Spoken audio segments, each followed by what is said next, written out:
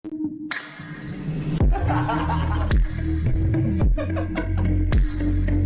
んで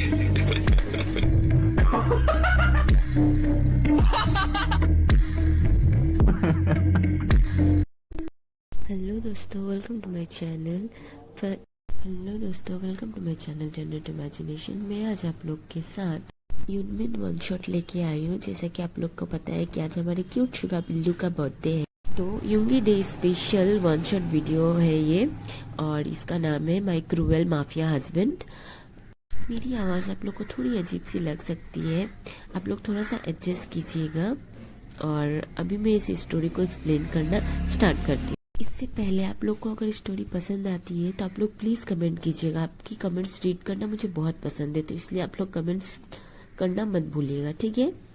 और मेरे चैनल को सब्सक्राइब भी कर देना। अभी स्टोरी को एक्सप्लेन करना शुरू करते हैं। ये है शुगा। ये बहुत ज़्यादा कोल्ड और हार्टलेस माफिया है। और ये है पार्क जिमिन। ये एक स्टूडेंट है और ये मेडिकल्स की पढ़ाई कर रही है। ये बहुत ज़्यादा क्यूट और काइंड हार्टेड पीपल। अपनी डैड की वजह से उसने साउथ कोरिया को छोड़ दिया था और वो एब्रोड जाके रह रहा था, लेकिन शुगा अब फिर से कोरिया वापस आ गया है। शुगा बहुत बड़ा माफिया है, उसका नाम ही काफ़ी था किसी भी काम को करवाने के लिए। शुगा एयरपोर्ट से सीधा मेंशन में आता है और फ्रेश होके वाइन का गिलास अपने हाथों में लेके अपने असिस्टेंट को कॉल करते हुए कहता है, मेरा काम हो जाना चाहिए।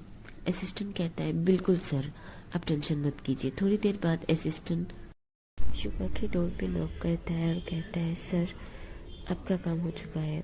शुगा कहता है, गुड। एंड उसके बाद वो किसी और कमरे में चला जाता है। वहाँ जाके वो देखता है कि एक लड़की बहुत ही खूबसूरत सी नाइट ड्रेस में बैठी हुई है और शुगा को आते ही वो शुगा को सीड्यूस करना स्टार्ट करती है। एंड फिर दोनों के बीच एक हॉट सेशन स्टार्ट होता है। शुगा तब तक करता है जब तक उसे सेटिस्फेक्शन ना मिले। लड़की पेन से चीख रही होती है और शुगा उसकी एक भी नहीं सुनता है और तब तक करते ही रहता है। वो लड़की टायर्डनेस की वजह से अनकॉन्शियस हो जाती है, तो शुगा खुद को उससे अलग करता है और अपने कमरे में चला जाता है और गार्ड को बोलता है, मुझे नहीं लगता कि तुम्हें तुम्हारी ड्यूटी बतानी पड़ेगी। गार्ड कहते हैं, नो सर, आप टेंशन मत कीजिए, मैं सब ठीक कर दूंगा। एंड उसके बाद शुगा अपने कमरे में जाके फ्रेशन अप होके सो जाता है। नेक्स्ट डे मॉर्निंग शुगा अपने ऑफिस के लिए निकलता है। शुगा अपने पर्सनल हैकर से बात कर रहा था, तभी अचानक से उसकी कार रुकती है।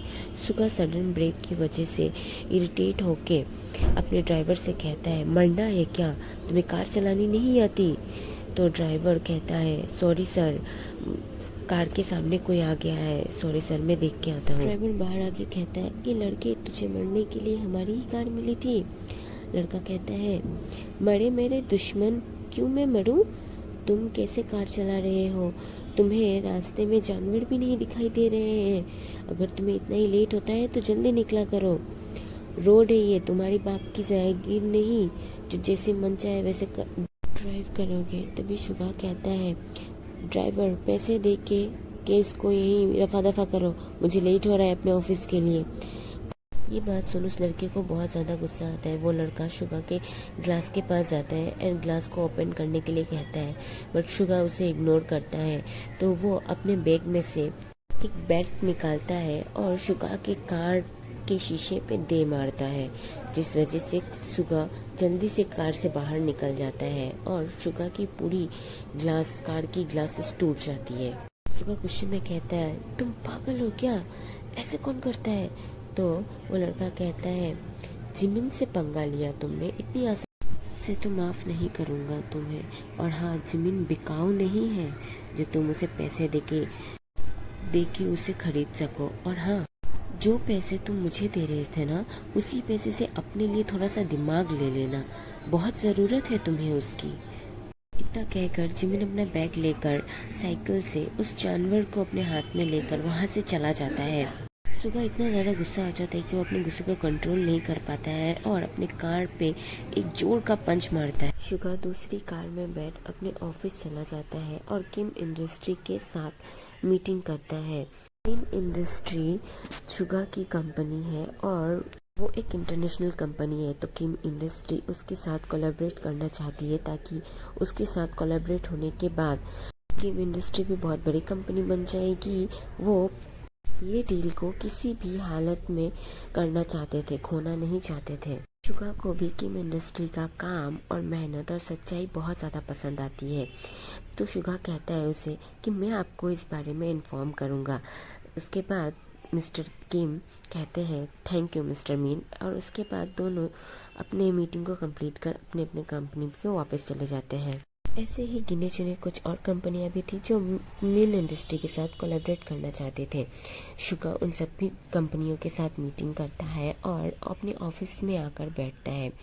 बैठकर जैसे ही वो अपने आंखें को क्लोज करता है, उससे सुबह की हुई सारे चीज़ याद आ जाते हैं और वो गुस्से में आ जाता है और गुस्से में टेबल पे जोर से एक पंच करते हुए कहता है कि मैं तुम्हें नहीं छोड़ूंगा मिस्टर। तभी मिस्टर मीन की सेक्रेटरी आती है और कहती है सर हमारी सारी मीटिंग्स ख़त्म हो चुकी हैं, आप चाहे तो रेस्ट कर सकते हैं। शुगा अपने घर के लिए निकल जाता है। शुगा को इरिटेटनेस बहुत ज़्यादा हो रही थी और गुस्सा भी आ रहा था। शुगा घर जाके शावर लेता है ताकि उसे आराम महसूस हो और वो सुबह की हुई बातों को भूल जाए। लेकिन शुगा शावर लेते वक्त भी बार बार जिमिन के साथ वो बातें याद करता रहता है, जिस वजह से उसे और ज़्यादा गुस्सा आ जाता है। और फिर वो असिस्टेंट को बोलकर अपने लिए एक गर्ल को बुलाता है और उसके कहे अकॉर्डिंग सभी कुछ अरेंजमेंट हो जाती है। शुगा रूम में जाता है और उसके साथ मेकआउट करना स्टार्ट करता है। मेकआउट करते वक्त भी उस लड़की में उसको बार बार जिमिन का ही फेस दिखाई दे रहा था, जिससे वो बहुत ज़्यादा इरिटेट हो जाता है और वो बहुत फास्ट मूवमेंट करना शुरू करता है पेन से।